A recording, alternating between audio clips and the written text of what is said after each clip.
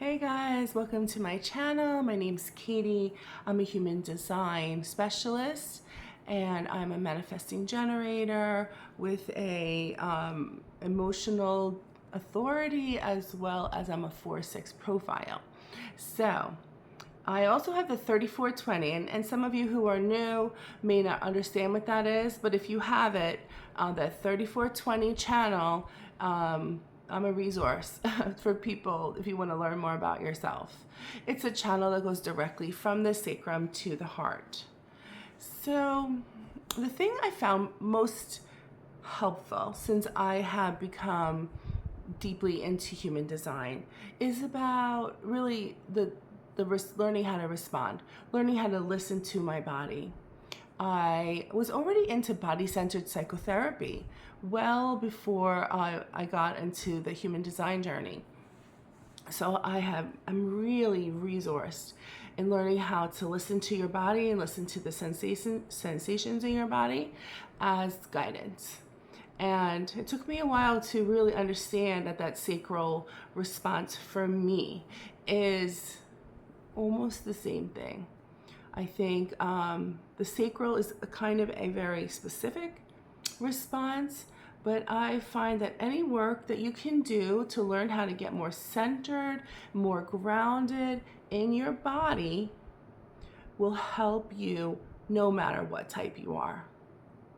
What I have found is the other types also are getting a body response to help them make decisions as well. I think that's just how we are wired.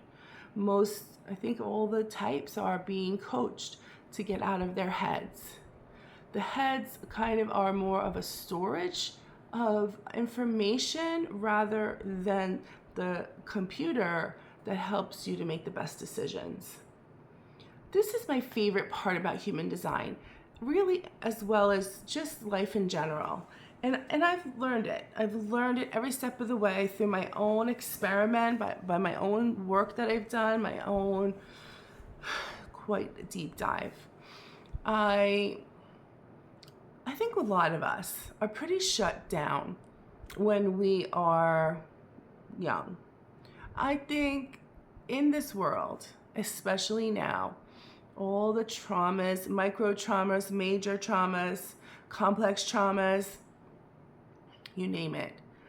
What happens in response to trauma is that we numb out, we check out, we disconnect, we disassociate, and we are no longer a fine-tuned instrument so that we can be aware of what we're picking up in our reality, in our field.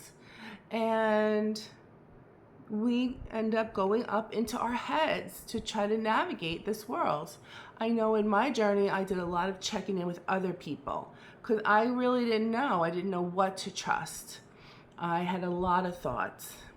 I have an open identity center, open G center, which means that I'm more chameleon-like in my interaction in the world. I don't have a strong ego. I'm able to really open to and go with the flow of the other personalities that I meet in my life. And not really knowing this as a young girl, and also just having a lot of pressures, codependency in my family, lots of siblings, close in age, just a lot of input going on around me. I kind of really just went with that. I used that without knowing it. Use that open G center to be able to kind of feel through life by connecting with the people that were around me and navigating that way. And that can work. And also that can be disaster.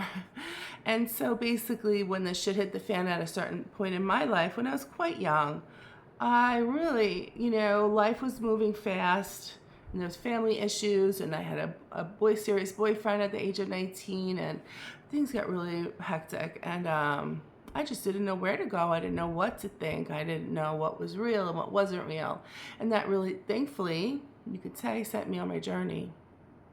So a lot of the work that I've learned to do was learning how to I'm a massage therapist now for 25 years, as well as have been studying trauma and the emotions and how they affect the body, the nervous system. I believe in emotional release therapy. I believe in like punching pillows. I believe in just sitting with the sensation. I believe in meditation, prayer. I use all the tools to help me get the information and the clarity and the guidance that I need. And so,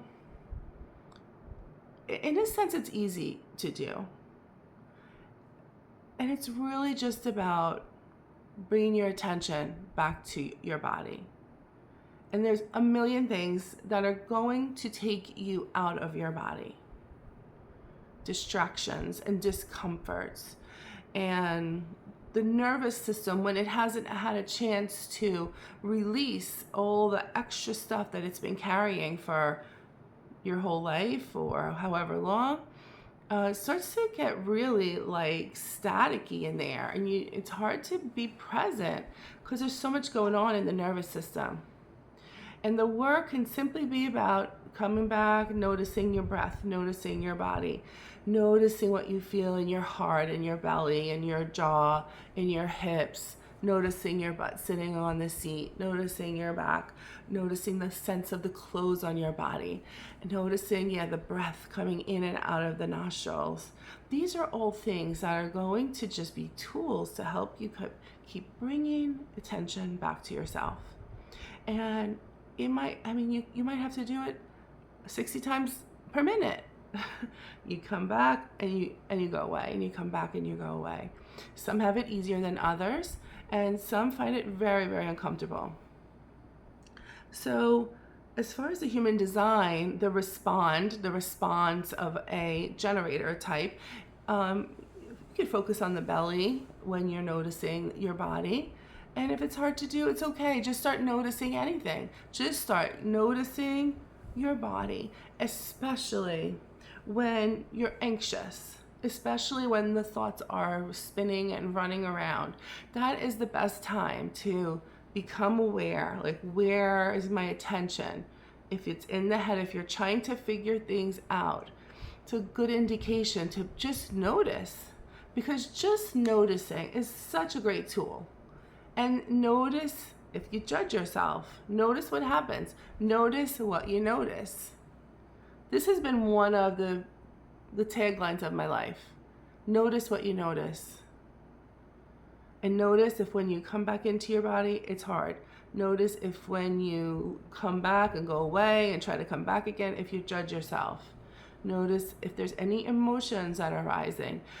Just keep noticing. The more you have a network of friends, people that are supportive, a therapist, a coach, a community of people that can help you, that you could talk to, be like, wow, I'm really trying to get present. And it's not easy. That's going to support you.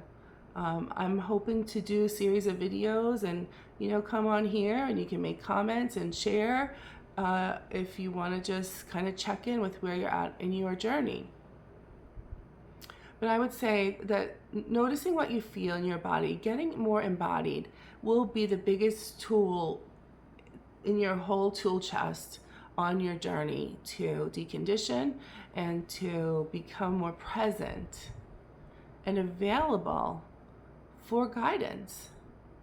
Whether you're a manifestor, manifesting generator, projector, reflector, we all are going to be observing and getting some kind of hit from the universe that's going to manifest as some kind of good feeling or bad feeling. Us generator types have that yes-no response, some kind of guttural or People like me who have the 3420 line, we don't have that necessarily. I just say yes, yes, like it comes to me, or or no. I just, something quick just comes right to my mouth. And so, but even a projector type, like some of my close friends that are projectors, they might not have that but they have something where they know, like, yes, that feels right, that feels true. They have whether it's a download, but it's a download that feels like something. It's some kind of, whether you're following joy or you're following excitement, there's something going on in your life that's making you have a knowing. And if you pay attention,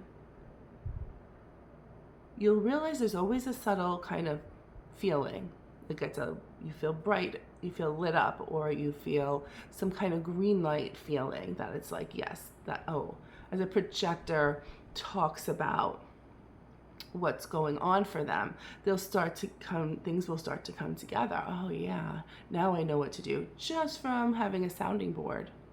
That manifester, the more they learn how to trust their power and listen more and have more time alone and have more ability to let joy and happiness into their life, they're going to just start to feel that brighter, higher vibration.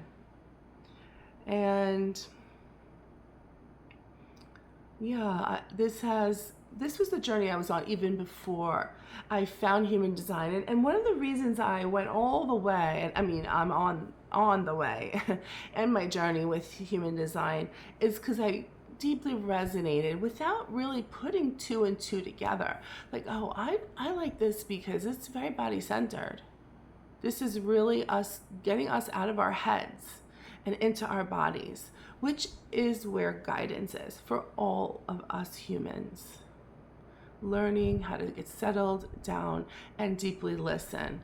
Listen to either it's emotional feelings, which are, you feel happy, you feel joy, or it could just be sensations of like an opening or lightness, a sense of more fresh air, like you feel a sensation of fresh air. I used to have a feeling like air conditioning, like just turned on in my body.